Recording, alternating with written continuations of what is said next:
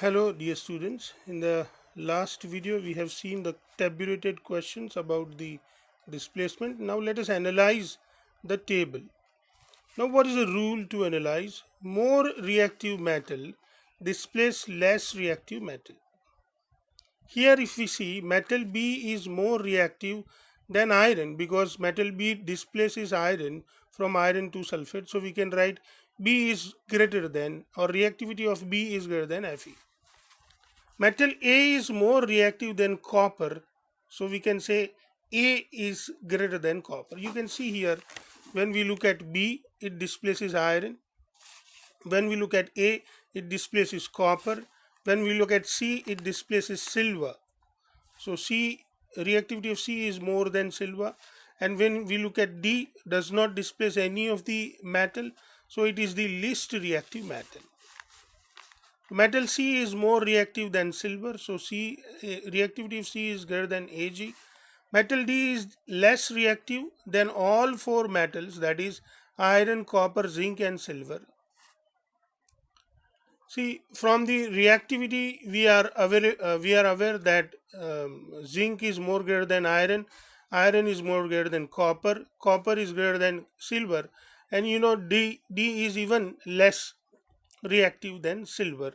So because it does not even displace silver from the silver nitrate.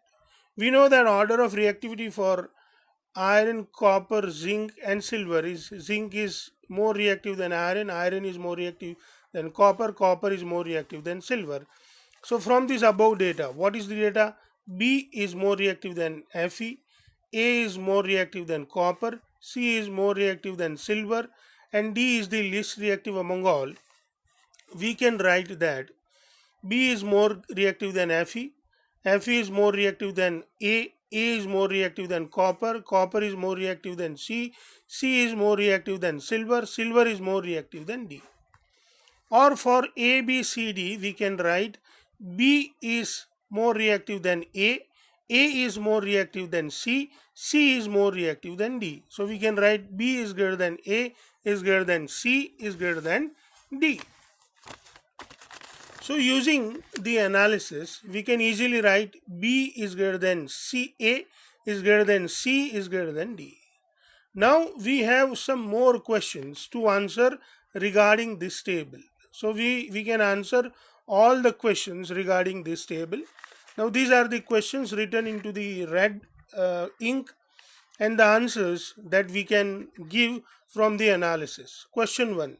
Which is the most reactive metal? You can see that B, A, C, D. So B is going to be the most reactive metal and D is going to be the least reactive metal.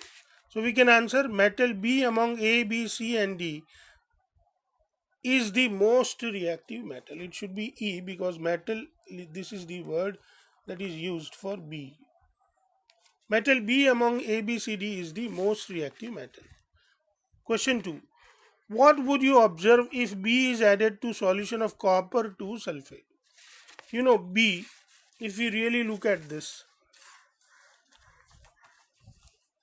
if you really look at, you can find out that B is more reactive than copper. So we can say that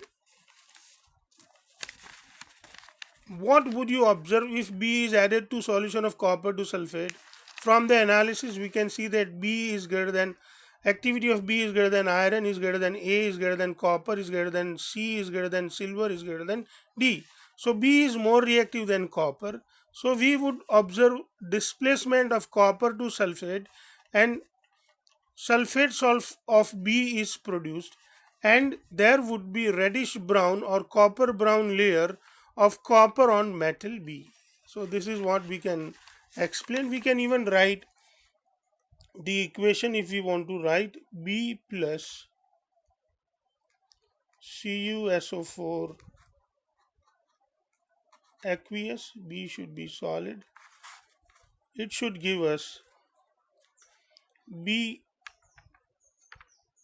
BSO4. Let us say it is aqueous, and we have this Cu produced as a solid. Now we have the next question. Arrange the metal A, B, C, D in the order of decreasing reactivity. Decreasing order of reactivity for metal A, B, C and D is B is greater than A is greater than C is greater than D. It's quite easy and simple to understand. Now we have one more question which is also tabulated and we need to understand using our knowledge of displacement. Metallic oxides of zinc, magnesium and copper were heated with the following metals. You know, we have four metals, metal like zinc, magnesium and copper. So when zinc oxide is heated with zinc, there is no displacement. Please try to understand this. This is an interesting question. Let us see it this way. See, when zinc is heated with zinc, zinc oxide is heated with zinc, there is no displacement. When zinc oxide is heated with magnesium, there is no displacement. When zinc oxide is heated with copper, there is displacement reaction. Magnesium oxide when heated with zinc, there is no displacement. Magnesium oxide when heated with magnesium, there is displacement. Magnesium oxide when heated with copper, there is displacement. Same way, copper oxide when heated with zinc, there is displacement reaction. Copper oxide when heated with magnesium, there is displacement reaction. Copper oxide when heated with copper, there is no displacement reaction. I think magnesium oxide when heated with magnesium, it should be no displacement reaction. There should be no displacement reaction. So this is how we can understand.